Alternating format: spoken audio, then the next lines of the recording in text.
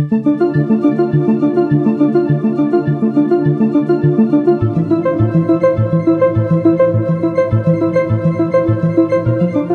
itu bukan soal berat ringannya, tapi adalah berapa lama kalian mengangkat beban itu. Kalau kalian punya masalah itu hanya dipikir terus, diangan-angan terus ya, dirasakan waduh sulit, berat, itu lama-kelamaan justru menjadi berat.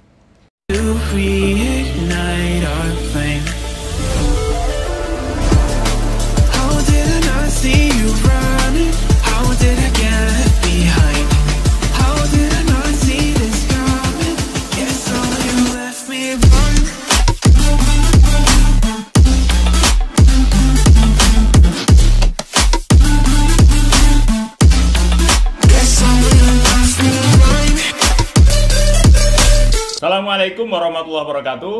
Hai guys, ketemu lagi dengan saya, trainer Amir Faisal. Jika kalian ingin tahu kurikulum VT saya atau ingin mendownload buku-buku bestseller saya di Gramedia, silakan cari di bio saya di bawah ini. Di sana sudah tersedia semua link-linknya. Kita sudah sampai pada filsafat praktis yang kelima. Dalam filsafat praktis yang kelima ini, kita ambil topik sederhanakan yang rumit, ringankan yang berat. Sekali lagi, sederhanakan yang rumit dan ringankan yang berat. Tapi sebelumnya, bagi kalian yang belum subscribe, tolong like dan subscribe dulu, supaya nanti kalau ada topik-topik yang lebih menarik lainnya, kalian akan dapatkan pemberitahuan dari saya. Oke, terima kasih guys, kalian sudah like dan subscribe. Jadi yang pertama adalah bagaimana kita sederhanakan yang rumit. Sadar tidakkah kalian guys? Sadar tidakkah kalian guys? Mudah sulitnya suatu masalah, satu persoalan itu sebenarnya hanya masalah persepsi. Sekarang saya berikan gambaran. Bayangkan misal kalian harus menaiki sebuah tangga yang menjulang ke langit, ya seperti dalam gambar itu. Yang dimana kalian tidak bisa melihat ujungnya sampai di mana. Nah, apa yang kalian pikirkan? Maka saya yakin, setangguh-tangguhnya kalian, tentu lama-kelamaan akan jadi putus asa juga. Ini kita akan sampai kemana ini? Nah, pembelajaran bisa diambil adalah dalam hidup ini, jika kita tidak mengetahui dengan jelas, dengan pasti tujuan, ya, goals atau target yang mau kita capai, maka kita akan jadi tidak yakin, guys. Kita akan jadi gamang, jadi ragu-ragu.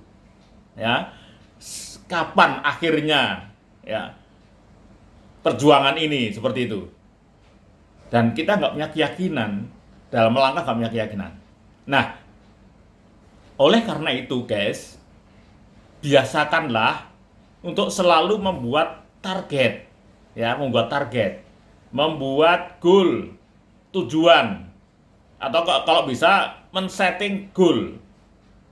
Nah, teman sekalian, jadi dalam men-setting goal ini ada patokan ini yang disebut sebagai SMART. Ya, dari SMART itu S-nya adalah kependekan dari spesifik. Ya, jadi kalian punya keinginan, punya ekspektasi, punya tujuan, punya target itu harus spesifik. Sebutkan, contoh misalnya, kalian membuat target pemasaran misalnya, ingin menjual, itu targetkan berapa persen kenaikannya. Ya, berapa persen, apakah 20%, 15%, atau kalau lebih obvious 25% dan seterusnya. Jadi ada spesifik, ya. Kemudian yang kedua adalah measurable. Tadi measurable tadi ada ukurannya, ya, ukurannya. Lalu bisa dilihat, ya, bisa dilihat. Kalau misalnya begini, gambarnya measurable itu begini. Kalau tadi market, ya, ada tentukan berapa persen tadi, itu namanya measurable, ya. Jadi ada indikatornya bahwa itu sudah berhasil atau tidak, ya. Kemudian yang ketiga, achievable, ya. Achievable itu adalah dalam jangkauan. Ya, jadi gampangnya begini, kalau kalian ingin jadi dokter ya masuknya fakultas kedokteran, kan gitu. Hanya mahasiswa fakultas kedokteran lah yang bisa jadi dokter. Hanya mahasiswa fakultas hukum lah yang bisa jadi ahli hukum, kan begitu. Ya, ini namanya achievable. Jadi jangan sampai kalian bermimpi jadi dokter tapi kuliahnya di fakultas sastra mamanya. Nah, ini namanya tidak achievable. Tidak. Kemudian yang berikutnya ada realistik. Ini hampir sama dengan achievable, tapi realistik ini sesuaikan dengan modal, dengan kemampuan. Ya.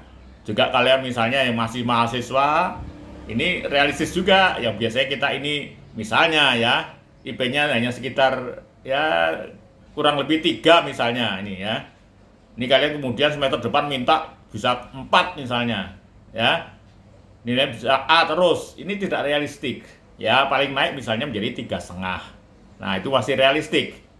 Jadi jangan terlalu tinggi. Kemudian yang terakhir adalah timely. Timely itu tentukan waktunya tadi. Tadi misalnya kalian tentukan tadi target spesifik Anda market itu naiknya 30%, 25% atau 20%. Itu tentukan apa dalam waktu apa? Setahun bawahnya atau 2 tahun. Oke, teman sekalian, jadi ini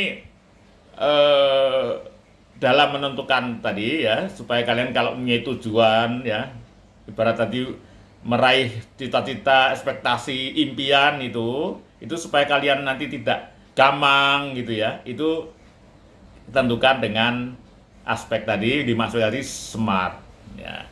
Dan yang kedua, kalian mungkin sudah tahu tujuannya, sudah smart ya. Tapi kalian belum mengenal bedanya. Ini juga bikin rumit ya. Tapi tidak apa ya.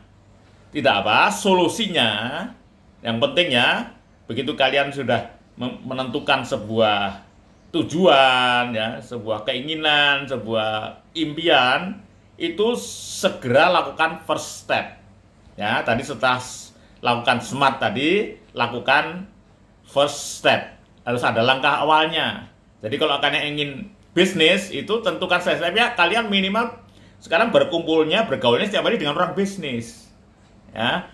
Kalau pengen selesai studi, kalian juga berkumpulnya dengan orang-orang yang berprestasi.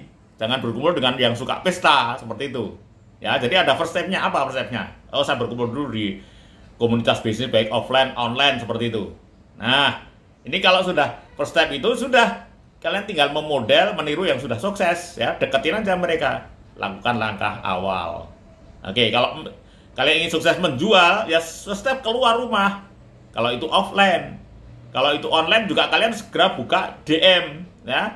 Kalian lakukan langkah aja ya. Ikuti saja yang apa namanya sudah dilakukan oleh orang-orang itu. Anda yang penting lakukan first step. Selalu harus segera dimulai. Oke ya. Nah, kemudian kalau sudah first step, sekarang Anda tahap berikutnya adalah habit.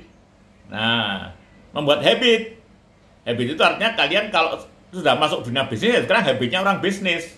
Ketika kalian berkumpul di komunitas itu, kalian tiru, kalian model seperti apakah habit mereka. Nah, buatlah habit. Ya, kalau orang tua dulu mengatakan bahwa Allah bisa karena biasa, hanya itu saja. Jangan katakan bahwa saya nggak bakat bisnis. Coba dulu masuk di lingkungan bisnis dulu. Coba dulu menjual, ya. Kemudian lakukan first step, ya, mulai menjual apa saja. Nanti lama-lama terbiasa, nggak malu lama-lama, ya. Nggak laku, biasa, dicoba lagi, gagal lagi, coba lagi. Dan yang bagian kedua, yaitu ringankan yang berat. Ya, sebenarnya nggak ada masalah yang berat itu sebenarnya nggak ada, tidak ada. Ya, ini lihat gambar ini, ya. Jadi gambar ini kalian coba angkat sebuah jerigen besi, ya, boleh isinya bensin atau air gitu ya. Itu jerigen aja itu sudah. Itu kalau diisi bensin itu bisa 20 kilo itu jerigen itu.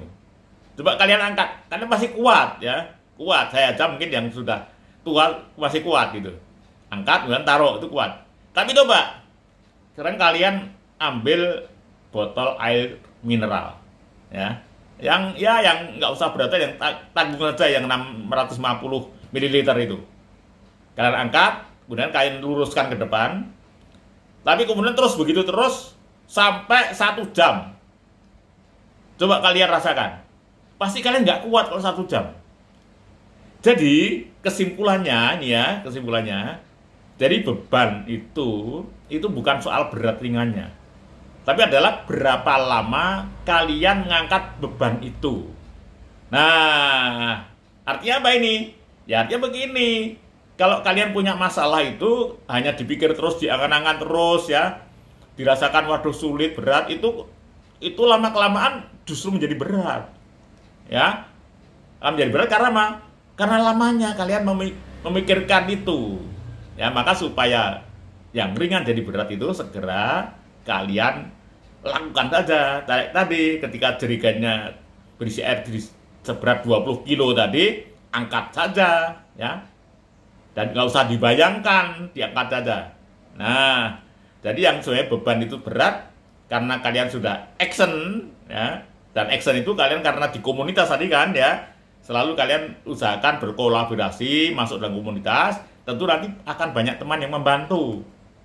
Nah, akhirnya jadi ringan, banyak mikir, kita bisa minta nasihat, minta saran, seperti itu ya.